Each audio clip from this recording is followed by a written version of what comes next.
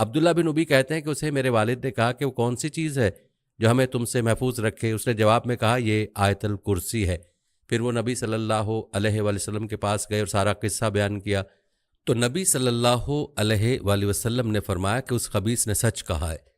ناظرین، آپ کو بتاتے چلیں کہ آیت الکرسی کے 9 حصے ہیں اور ان 9 حصوں کو اللہ نے بہت ہم آہنگی سے بنایا۔ اس آیت کے تمام 9 حصے اقرار اور نفی پر مشتمل ہیں۔ یاد رہے کہ ان میں نفی کا مطلب کسی لفظ سے انکار نہیں بلکہ اس لفظ میں موجود باتوں کا انکار ہے۔ اقرار کا مطلب کسی چیز یا بات کو ماننا اور تسلیم کرنا، جبکہ نفی کا مطلب اس بات یا چیز سے انکار کرنا۔ جیسا کہ پہلی آیت میں نفی کی بات اس طرح کی گئی کہ اللہ جس کے سوا کوئی معبود نہیں، یعنی اللہ اپنے سوا کسی اور خدا کی نفی کر رہا ہے۔ پھر فرمایا گیا وہ ہمیشہ زندہ رہنے والا ہے۔ یہاں اقرار کیا گیا کہ اس کی ذات ہمیشہ سے تھی اور ہمیشہ رہے گی اور باقی سب کچھ فنا ہو جائے گا۔ ناظرین، اقرار اور نفی کا یہ منفرد تسلسل اس پوری آیت میں دیکھنے کو ملتا ہے، جیسا کہ اس کے دوسرے حصے میں نفی کا ذکر ہے کہ نہ اس کو اونگ آتی ہے نہ نیند۔ پھر اقرار کا ذکر ہے کہ جو کچھ آسمانوں میں ہے اور جو کچھ زمین میں ہے سب اسی کا ہے۔ پھر ذکر ہے کہ کون ایسا شخص ہے جو اس کے حضور اس کی اجازت کے بغیر سفارش کر سکے، یہ نفی ہے۔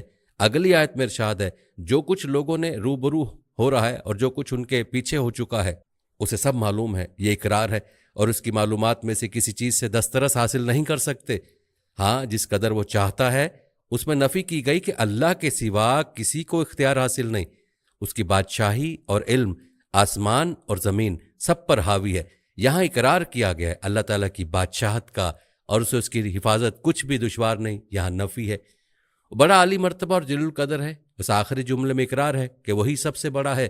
اب اسی آیت میں ایک اور گہرا راز بھی پوشیدہ ہے جسے اگر آپ جانیں گے تو یقیناً حیران ہو جائیں گے کہ الفاظ اور حروف کا یہ زبردست ملاپ واقعی قرآن کا اصل حسن ہے۔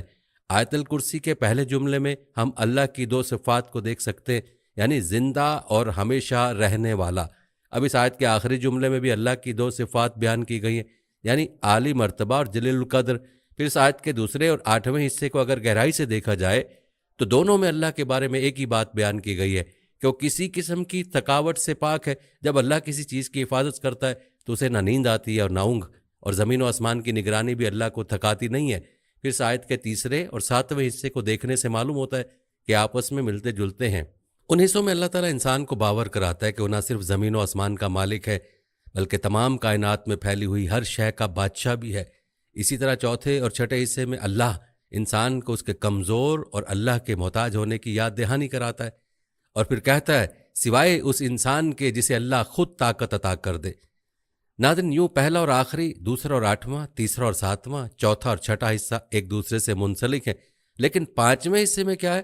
اب سب سے حیران کن اور زبردست بات اس آیت کا درمیانہ اور 5واں حصہ ہے۔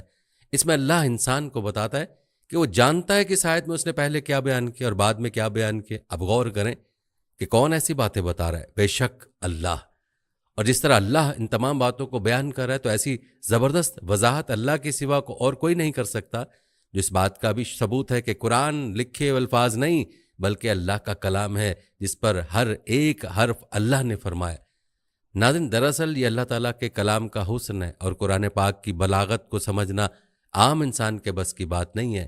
یاد رہے کہ خود قرآن پاک میں اللہ تعالیٰ نے یہ چیلنج فرمایا تھا کہ کوئی ایک آیت اس کے مثل لے آؤ، لیکن کسی کی یہ جرت نہ ہو سکی کہ اس چیلنج کو قبول کرے۔ یہی وجہ ہے کہ آیت الکرسی جو قرآن پاک کی سب سے عظیم آیت ہے، اس میں بھی جو فصاحت و بلاغت ہے، اس میں جو راز ہیں وہ بہت گہرے ہیں۔ ناظرین، امام احمد رحمہ اللہ بیان کرتے کہ ہمیں محمد بن جعفر نے عثمان بن عتب سے حدیث بیان کی کہ اتاب کہتے ہیں کہ میں نے ابو السلیل کو یہ کہتے ہوئے سنا کہ نبی صلی اللہ علیہ وسلم کے ایک صحابی لوگوں کو حدیث بیان کیا کرتے تھے، حتیٰ کہ لوگوں کی تعداد بہت زیادہ ہو گئی تو وہ گھر کی چھت پر چڑھ جاتے اور یہ حدیث بیان کیا کرتے تھے کہ رسول اکرم صلی اللہ علیہ وسلم نے فرمایا قرآن مجید میں کون سی آیت سب سے زیادہ عظمت کی حامل ہے؟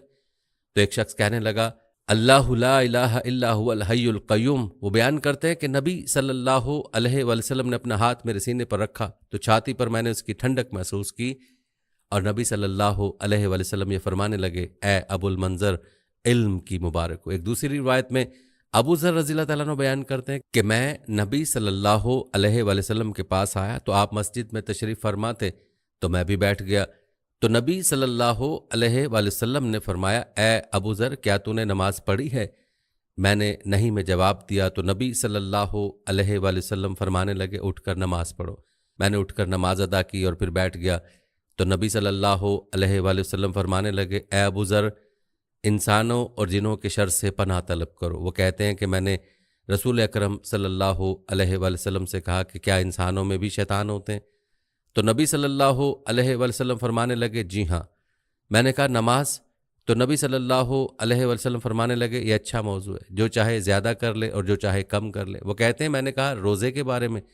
نبی صلی اللہ علیہ وآلہ وسلم فرمانے لگے فرض ہے، اس کا اجر دیا جائے گا اور اللہ تعالیٰ کے ہاں اور زیادہ اجر ملے گا۔ میں نے کہا کہ اللہ کے رسول صلی اللہ علیہ وآلہ وسلم صدقہ؟ تو وہ کہنے لگے اس کا اجر ڈبل سے بھی زیادہ ہوتا ہے۔ میں نے کہا کون سا صدقہ بہتر ہے؟ تو فرمایا قلیل اشیاء کے مالک کا صدقہ، اور یا پھر فقیر کو چھپا کر دینا۔ میں نے کہا اے اللہ کے رسول صلی اللہ علیہ وآلہ وسلم سب سے پہلا نبی کون تھا؟ فرمانے لگے آدم علیہ السلام۔ میں نے کہا اے اللہ کے رسول کیا وہ نبی تھے؟ نبی صلی اللہ علیہ وآلہ وسلم نے فرمایا کہ وہ نبی مکلم تھے، اللہ تعالیٰ کے ساتھ بات چیت کی تھی۔ میں نے کہا اے اللہ تعالیٰ کے رسول صلی اللہ علیہ وآلہ وسلم رسولوں کی تعداد کیا ہے؟ فرمانے لگے 310 سے کچھ زیادہ ہے۔ ایک جمع غفیر تھا اور ایک مرتبہ یہ فرمایا کہ 315۔ میں نے کہا اے اللہ تعالیٰ کے رسول صلی اللہ علیہ وآلہ وسلم آپ پر جو نازل کیا گیا ہے اس میں سب سے عظیم کیا ہے؟ فرمایا آیت الکرسی، اللہ لا الہ الا هو الحی القیوم۔ ناظرین، اس آیت الکرسی کی فضیلت متعدد حدیث میں مختلف انداز سے بیان ہوئی ہے۔ ایک روایت امام بخاری رحمہ اللہ نے ابو ہریرہ رضی اللہ تعالیٰ عنہ سے بیان کی ہے۔ وہ آیت الکرسی کے حوالے ایک عجیب واقعہ یوں بیان کرتے ہیں، فرماتے ہیں نبی صلی اللہ علیہ وآلہ وسلم نے مجھے رمضان کے فطرانے کی حفاظت کرنے کو کہا۔ رات کو ایک شخص آیا اور غلہ لے جانے لگا تو میں نے اسے پکڑ کر کہا کہ میں یہ معاملہ نبی صلی اللہ علیہ وآلہ وسلم تک لے جاؤں گا۔ وہ کہنے لگا مجھے چھوڑ دو، اس لیے کہ میں محتاج ہوں، میرے چھوٹے چھوٹے بچے ہیں اور شدید قسم کی ضرورت بھی ہے۔ تو میں نے اسے چھوڑ دیا۔ جب صبح ہوئی تو نبی صلی اللہ علیہ وآلہ وسلم فرمانے لگے ابو ہریرہ رات والے قیدی نے کیا کیا؟ وہ کہتے ہیں کہ میں نے کہا اے اللہ تعالیٰ کے رسول صلی اللہ علیہ وآلہ وسلم شدید قسم کے فکر و فاقہ اور اہل و عیال اور شدید قسم کی ضرورت کی شکایت کی تو میں نے اس پر ترس اور رحم کرتے ہوئے چھوڑ دیا۔ نبی صلی اللہ علیہ وآلہ وسلم فرمانے لگے اس نے جھوٹ بولا ہے اور وہ دوبارہ بھی آئے گا۔ تو مجھے علم ہو گیا کہ نبی صلی اللہ علیہ وآلہ وسلم کے قول کے مطابق وہ دوبارہ بھی لازمی آئے گا۔ تو میں نے دھیان رکھا، وہ آیا اور غلہ اکٹھا کرنے لگا۔